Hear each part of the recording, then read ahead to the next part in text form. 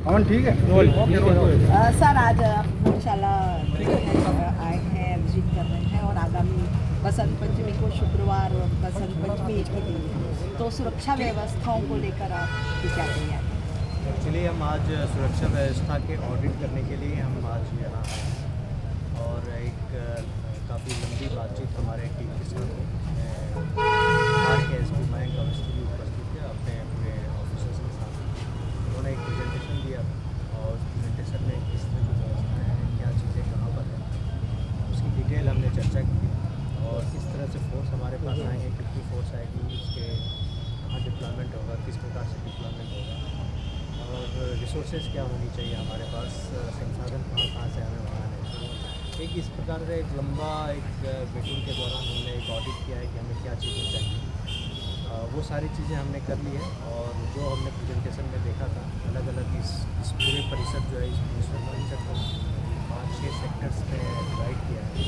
उन सेक्टर्स जो डिवाइड किया हुआ जो हमने प्रेजेंटेशन में देखा उसको मैं थोड़ा ज़मीन पे आके देखना चाह रहा था। तो अलग अलग सेक्टर्स बने हुए हैं कि उसमें से एंट्री हो गई, वहाँ पर चेक कहाँ लगेगा, फिर उसका एंट्री पॉइंट क्या है, एग्ज़िट पॉइंट क्या है, वो सारी चीज़ें हमने देख ली होती और उसी हिसाब से हम यहाँ फोर्स का डिप्लॉयमेंट करेंगे। न केवल सिर्फ हमारा परिसर इम्पॉर्टेंट है बल्कि पूरे भारत ज़िले में जो व्यवस्था होनी चाहिए उस पर भी हमने चर्चा की है। लगभग 8,000 का फोर्स का डिप्लॉयमेंट का हमारा प्लान है। 3-4 फेज़ में हमारे पास फोर्स, फर्स्ट फेज़ का फोर्स हमारे पास 500 का बना चुका है।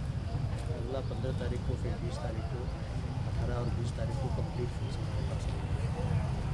ये हमारा पहला सिक्योरिटी ऑडिट है।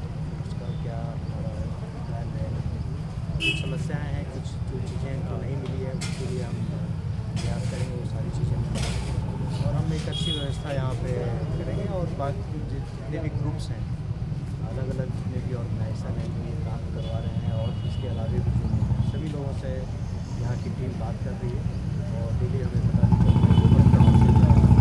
सारी चीज़ों को हम लोग सामूहिक रूप से देख रहे हैं कि अभी तक उनकी बातें सुन रहे हैं, उनके क्या विचार है, क्या चाह रहे हैं, क्या करना चाहते हैं, उसी हिसाब से हम ये लगाएंगे। और हमारा अपना तरीका भी है जो चीज़ों को मॉनिटर करने का। सोशल मीडिया पर हम बहुत अधिक मॉनिटर कर रहे हैं। कोई भी अभी तक वैसे आपत्तिजनक चीज़ें हमारे नॉलेज में नहीं आई है, बट अगर कोई ऐसी चीज़ें होती है तो फिर हम उस पर विशेष रूप से ध्यान रखेंगे और फिजिकल सर्वेलेंस, इलेक्ट्रॉनिक सर्वेलेंस, जितनी भी चीज़ें हमारे पास रहती है वो सारी चीज़ों को हम लोग बहुत अधिक कंसंट्रेट कर रहे हैं और जानना चाह रहे हैं कि कहीं कोई इशूज़ तो नहीं है, कोई व्यवस्था में खराबी करने का, लॉ एंड ऑर्डर खराब करने का कोई प्लान तो नहीं कर रहा है। वो सब चीज़ें कर पा रहे हैं। सर 23 तारीख को लेकर असमंजस की स्थिति बनी हुई है, दोनों ही समुदाय अपनी बातों पर अड़े हुए, पूजा हो रही है। ऐसे में धार शहर की जनता असमंजस में है कि वो 12 से 3 गौशाला आए या ना। ये असमंजस की स्थिति अभी वैसी नहीं है, हमारी तो बातचीत चल रही है सबसे और दोनों पक्ष की बात हम सुन रहे हैं। अभी तक ये आदेश जो नॉर्मली आता था वो अभी तक आया नहीं है। अगर कोई आदेश आता है तो उस आदेश का अक्षरशः पालन किया। सर यही बातें पिछले 3 बार हो चुकी हैं। उस समय लाठियाँ चली, भगदड़ मची, सब कुछ हुआ, लोगों की तमाम भीड़ थी। पहले से घोषित नहीं किया गया कि 12 बजे यहाँ क्या स्थिति निर्मित होगी या पुलिस क्या स्टैंड।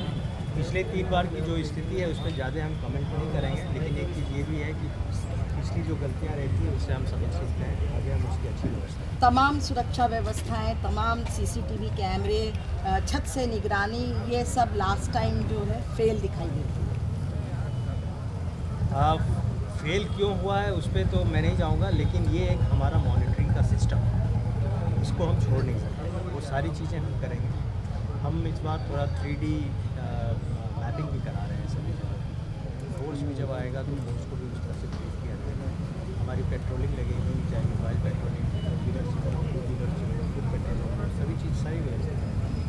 तो कैमरे तो लगेंगे, कैमरे पहले की तुलना में आज बेहतर कैमरे हमारे पास उपलब्ध हैं, जिससे हम काफ़ी अच्छे रेजोल्यूशन के पिक्चर्स हमारे पास उपलब्ध हैं। तो हम उसको हमारा कंट्रोल रूम भी जो बनेगा उस कंट्रोल रूम में भी हम उसमें एक एक व्यक्ति पे हम पहुँच सकते हैं। सर सुरक्षा व्यवस्था की कितनी लेयर्स होंगी, कितने सीसीटीवी कैमरे शहर को कवर करेंगे और किस तरह की हाईटेक टेक्नोलॉजी एक्स्ट्रा आएंगी? सीसीटीवी कैमरा अभी जो लगाया जा रहा है, ऑलरेडी जो लगा हुआ है वो तो है ही। और जितने भी मोहल्ले हैं, जितने भी यहाँ पे चाहे वो हिंदू समुदाय का मोहल्ला हो, चाहे मुस्लिम का हो या मिक्स पॉपुलेशन हो, सभी जगह पे सीसीटीवी कैमरे लगाए जाएंगे। उसके लिए कलेक्टर और एसपी इस पर प्रयास कर रहे हैं और उसकी फीड हम कोशिश कर रहे हैं कि हमें मिले और उसको देखेंगे। हाईटेक का जहाँ तक ये है, तो एक तो कैमरे के मदद से मिलेगा, प्लस जो लिंक रहेगा वो लिंक हम सीनियर ऑफिसर्स को मोबाइल पे ही देंगे। अगर किसी एक जगह पे कहीं गड़बड़ी होती है तो उसकी इन्फॉर्मेशन तुरंत दूसरे जगह पे मिल जाए ताकि वो अलर्ट हो जाए। कहीं पे अगर कोई गड़बड़ी होती है तो इमीडिएटली हमारे पास जो रैपिड एक्शन फोर्स के रूप में रहेगा, वो उसकी मूवमेंट कैसे होगी, वो सारी चीज़ हम एक सिस्टम में एक सिंक्रोनाइज कर रहे हैं ताकि सीमलेसली वो चीज़ें एक जगह से दूसरी जगह कम्युनिकेट हो सके। अपनी फोर्स के साथ साथ हमारे पास ये रैपिड एक्शन फोर्स है, वो भी हमारे पास